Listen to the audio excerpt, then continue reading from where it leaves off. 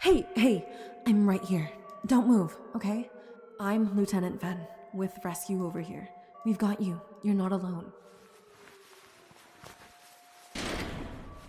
You're pinned against the steering wheel. Fuck. Alright, listen. I'm gonna keep talking to you while my crew sets up. Can you tell me your name? Perfect. Glad to meet you. Even if it's under, less than ideal circumstances. Jones, stabilize the passenger side. We've got leaking fluid over here. Get foam down now. You might hear some loud clanking in a second, but that's just us setting the spreaders. Nothing's gonna hurt you. Focus on me. Do you drive this road often? Yeah? Bad stretch, especially in the rain. Don't blame yourself.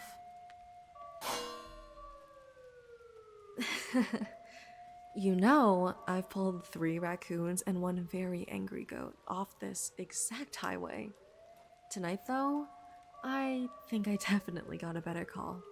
You're much better company than some hissing and biting and scratching.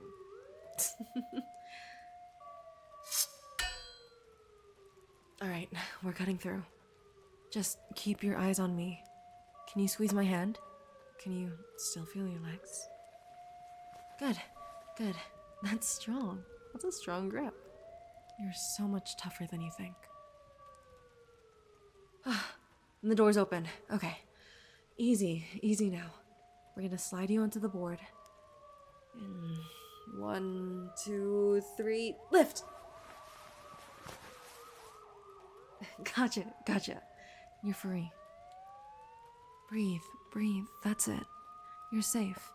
I'm riding with you in the ambulance, okay? You don't have to face this night alone.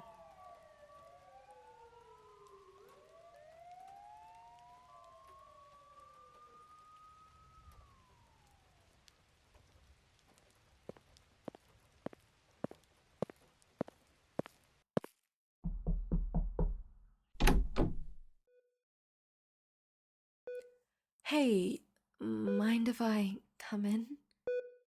It's me, Ven, from the crash.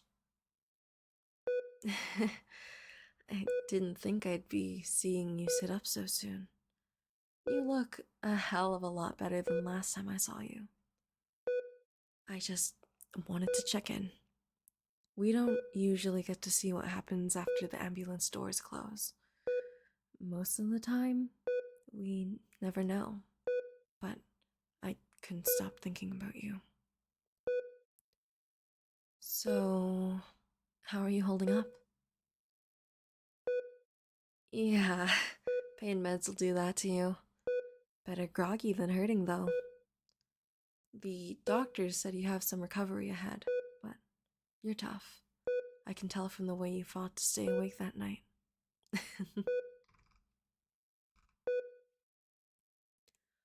Honestly, I'm still impressed you managed to crack jokes while twisted and pained in metal. Most people, they'll panic. You? You were something else. Memorable. I probably shouldn't say this, but I was scared for you. More than usual.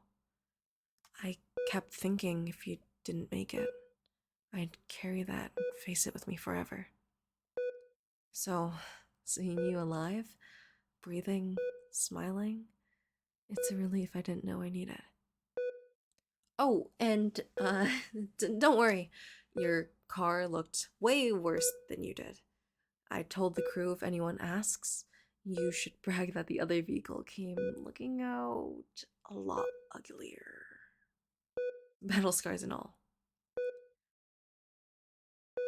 Listen, when you're out of here and you're up for it, maybe we could grab a coffee? Nothing dramatic. No flashing lights, no car crashes, no injuries, none of that. Just 2 people talking without the sounds of sirens. Or nurses in the background. They're behind me, aren't they? Yeah? Good. I'll bring the coffee. You just focus on getting better.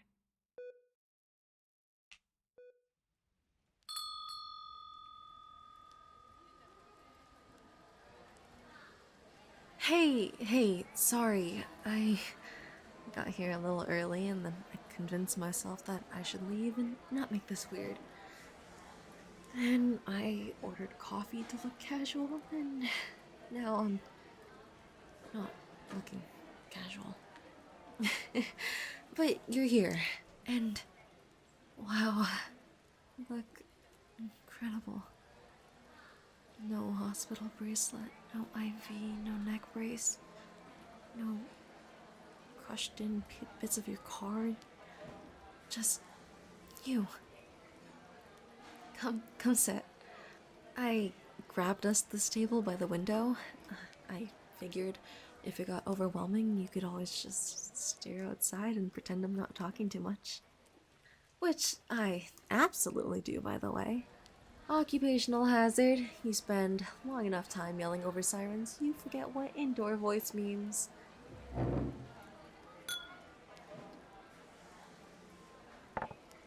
So, how are you really? Not the I'm fine version, the real one. Yeah, physical therapy's brutal. They make it look easy in pamphlets and, I guess, some movies. Small stretches my ass. Those therapists are undercover drill sergeants. I mean, who really does hydrotherapy anyways? But you're doing it. You're here. That's what matters. I drive that stretch of the road sometimes. The one where it happened. First time after the crash, I had to pull over. My hands were shaking on the wheel. Not because I was scared for me, but because I kept seeing you there. Rain pouring down, metal twisted around you. I've worked dozens of wrecks, you know? Some worse than that. But yours stuck. I don't usually get attached. You can't in this job. You have to learn how to be steady, calm, and professional.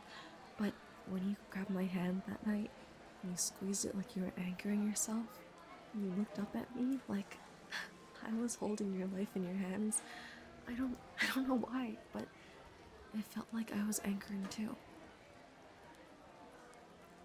Wow, that got really intense fast. I promise I'm not this heavy all the time. Okay, new rule. For every heavy topic, we balance it out with something normal. Like, what's the most embarrassing physical activity anyone has made you do so far? No way. No way. They made you do that in front of people? That's cruel. You know what, though? I kind of admire it. You could have stayed home, could have spiraled, could have ached a little more, but you didn't. You're rebuilding yourself piece by piece. That's not weakness, that's strength. And before you try to grab the check later, don't. Tonight's on me. Consider it an investment. Besides, don't you have some money to pay off for that car? That once was there. Yeah, I'll pay for it.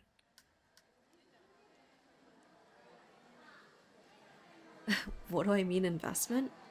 Investment for future dinners.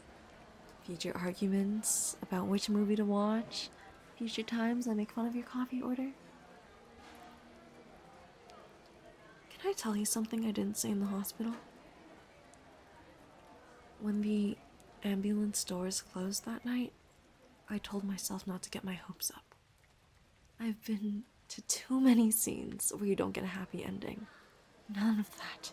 None of this Disney bullshit stuff. I walked back to the truck and stood there in the rain for a minute because I didn't want you to become another name I just carry around heavy in my heart. So, when I walked into your hospital room and saw you sitting up, it felt like something shifted. Like I'd been holding my breath for days. And now, here you are, arguing with me about who's gonna pay for coffee. I don't want what happened to define us. I don't want to always be the firefighter and you be the crash. I want to know your favorite bad movies, your weird hobbies, the stuff that makes you laugh when no one's watching. So tell me, what's something about you that has nothing to do with surviving a car wreck? Sorry.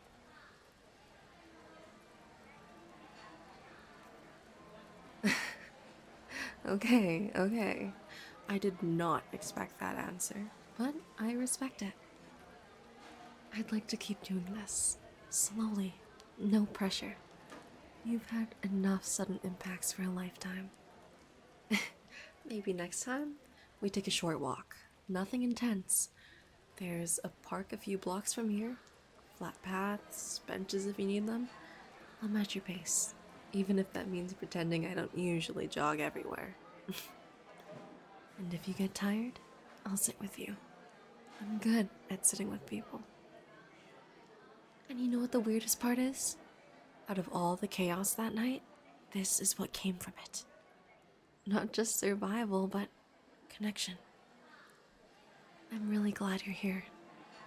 And I'm really glad you came back into my life on purpose this time. So, dinner next week? And don't worry, I promise there won't be any sirens. Unless you steal my food. Then all bets are off. Right, right. Fine. I'll see you then.